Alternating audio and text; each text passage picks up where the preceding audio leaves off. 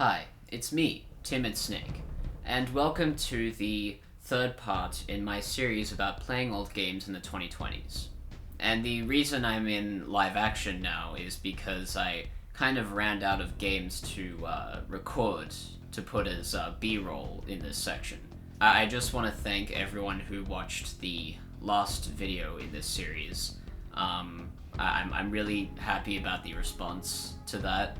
Even the negative comments were extremely useful, and yeah, I enjoyed arguing with people. That was pretty fun.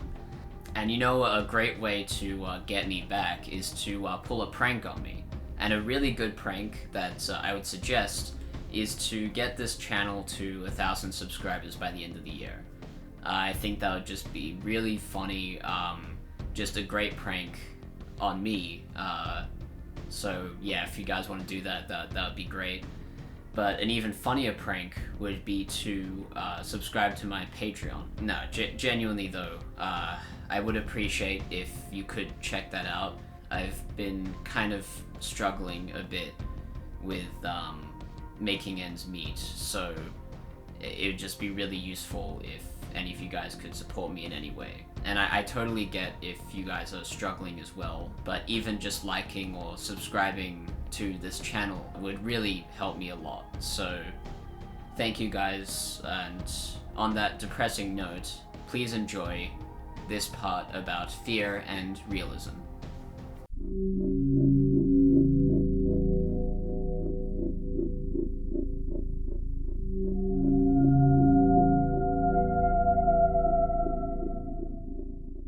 F.E.A.R is an amazing first-person shooter that I would have never discovered if not for video essays that I binged in 2020. In fact, a lot of these games I bought and played because of other video essays. F.E.A.R has mastered the previous concepts I have explored, as it has brilliant pacing and revels in creating contrast through levity. The campaign is about 10 hours long, and it spreads tense shootouts with suspenseful exploration quite equitably. It manages to keep things quite engaging despite only having really two modes of gameplay. It also helps that shooting is quite a joy, while also being a battle of survival, especially on the higher difficulties, which is in a large extent due to the AI. The enemy can be extremely intimidating when it wants to be, but they're also people, just like you, which is where the levity comes in. Much like Max Payne, the levity serves a purpose, as the dialogue of the clone army and the ATC humanizes them and makes the world more real. They too experience fear, just like you do. If you surprise the enemy, they flinch and sometimes even swear. They even say the fuck word.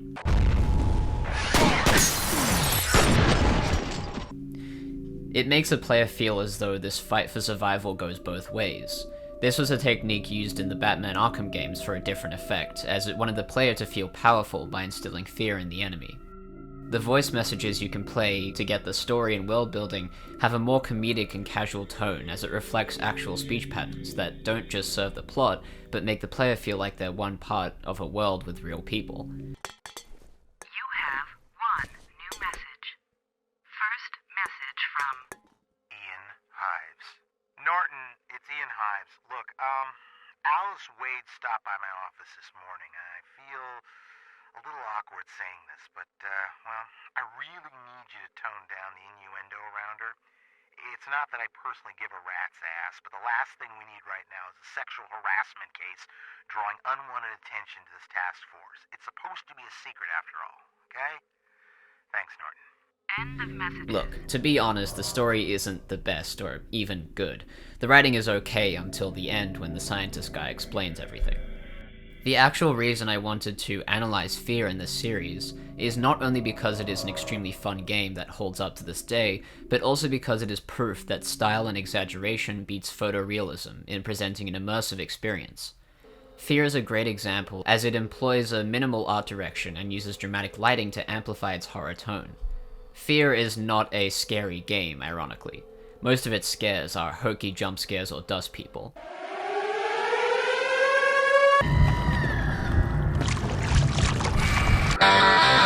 The fear comes from anticipation. All these scarce environments with minimal lighting invites nothing but dread of what might be around the corner. The game takes advantage of its negative space to let the player's imagination fill the gaps. The soundtrack contains simple synth voicings and string-like harmonies to create an unnatural ambience that keeps the player on guard at all times, which is quite reminiscent of John Carpenter's signature style, which is ironic because the game that was actually directed by him seemingly displays less similarities to his previous work. It is almost the opposite of Condemned, a game that was released the same year and developed by the same company. Condemned's environments are full of detail and debris that add to the feeling of neglect and decay that reflects what one's mind must go through to make them act on their most violent impulses. In contrast to this, F.E.A.R's settings are pristine and brutalist in design, which invokes a feeling of inhumanity and hostility, which fits the story of moral and ethical bankruptcy that leads to the abuse of a young child. Much like Condemned, it doesn't use typical horror settings, and yet they both have a lingering sense of dread on the player's mind. The way F.E.A.R uses these desolate environments for horror is fascinating. An example I think of constantly is this really well done sequence where they introduce an enemy that can camouflage themselves. They have shown up occasionally throughout the game, but they never attack you, and the payoff is brilliant. I know this because it still got me on my second and third playthrough. Immediately after this sequence, I approached every environment completely differently. I had to check every corner several times just to be sure there wasn't a camouflaged enemy hiding somewhere. The lighting is constantly adding to this tension. The way bright light sources clash against the rigid design and create a bottomless abyss, your only respite being your torch, which is limited. It also uses lighting in a clever way to give information to the player without being generous, either to guide or to warn, and this is only achievable with intentional placement. If you know me, which you don't, pretending will get you nowhere, you would know that I love lighting in any media. From Bo Burnham's Inside to The Batman to the works of Edvard Munch. Lighting is so integral to how a scene is remembered. F.E.A.R proves that deliberate lighting can make a game last longer. This game still looks great after 18 years, and the main reason is that it was designed for PC first, so there wasn't as much limitation in terms of power, but also because of the lighting. I can prove this by looking at the second expansion, Perseus Mandate. This was made in 2007, and it looks like it came out years before the original in 2005. Everything is overexposed, nighttime locations look like daytime, it's so well lit to the point that every graphical shortcoming can be discerned, and I can't give a clear explanation as to how they fucked this up, but it was obviously rushed. It also made the restrictive flashlight battery borderline pointless.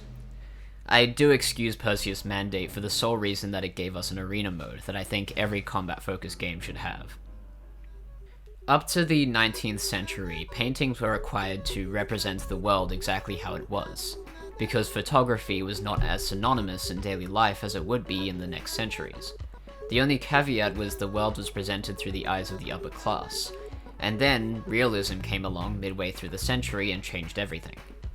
Realism is kind of a misnomer. To most people it describes art imitating life, but that's not exactly the truth. The realism movement was actually a countercultural movement, because it presented the world from the perspective of the oppressed. Many of the paintings from this time depicted the working class, which was a very bold statement, being criticized heavily by art critics of this period as ugly. In fact, the realism movement was defined by the fact that it was distinctly not real. You know what?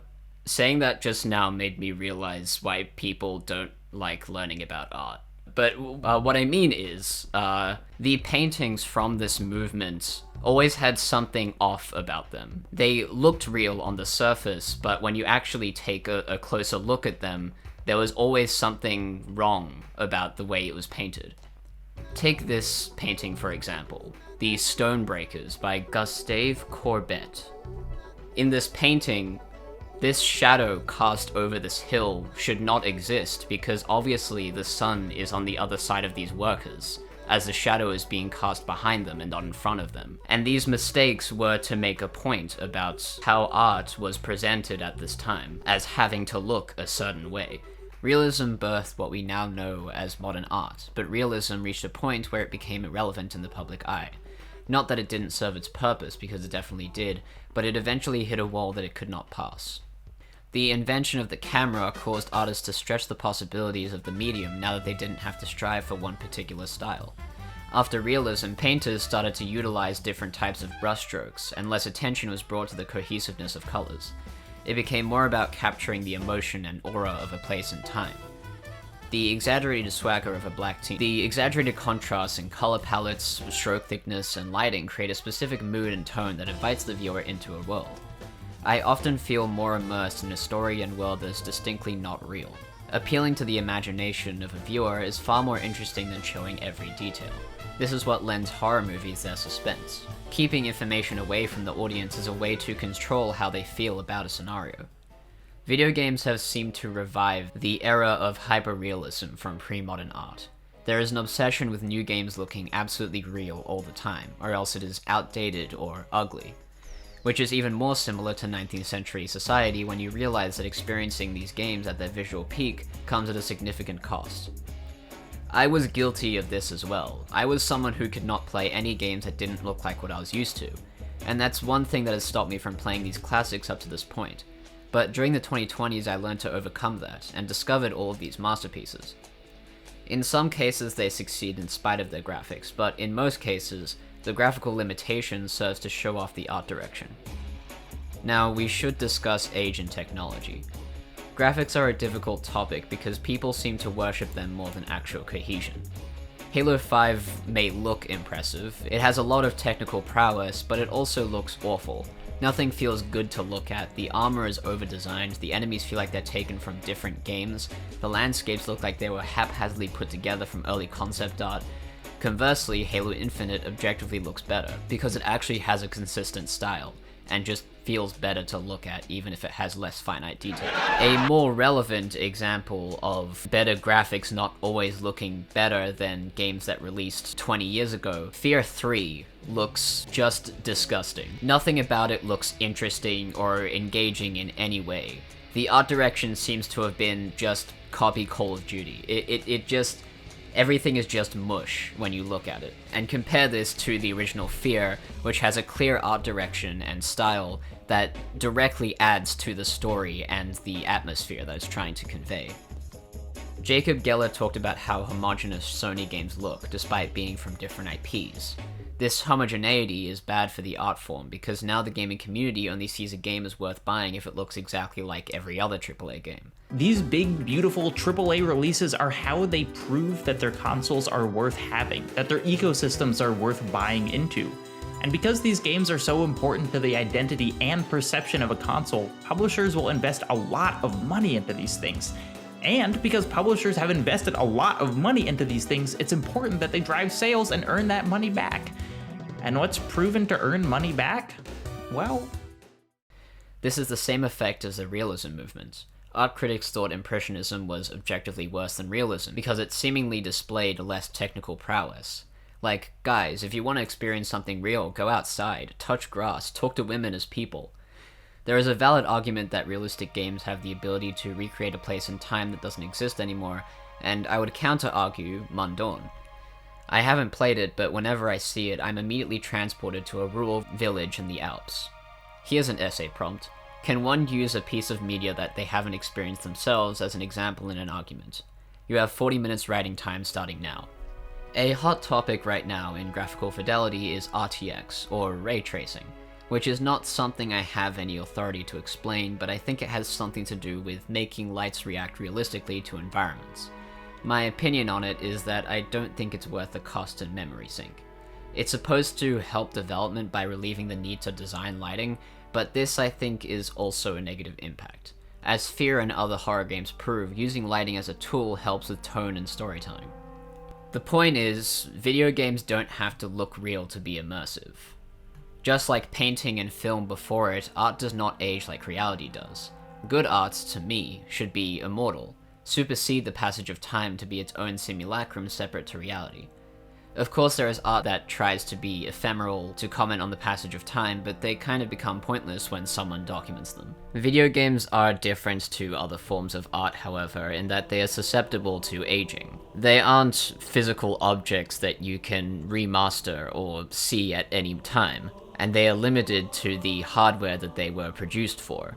PC games might be easier to experience now as they can be modded or patched to fit future PCs. But that's not always the case, and even a game like F.E.A.R struggles to function normally on modern hardware, and I had to download a specific patch to fix the frame rate issues that would happen if you boot the game normally.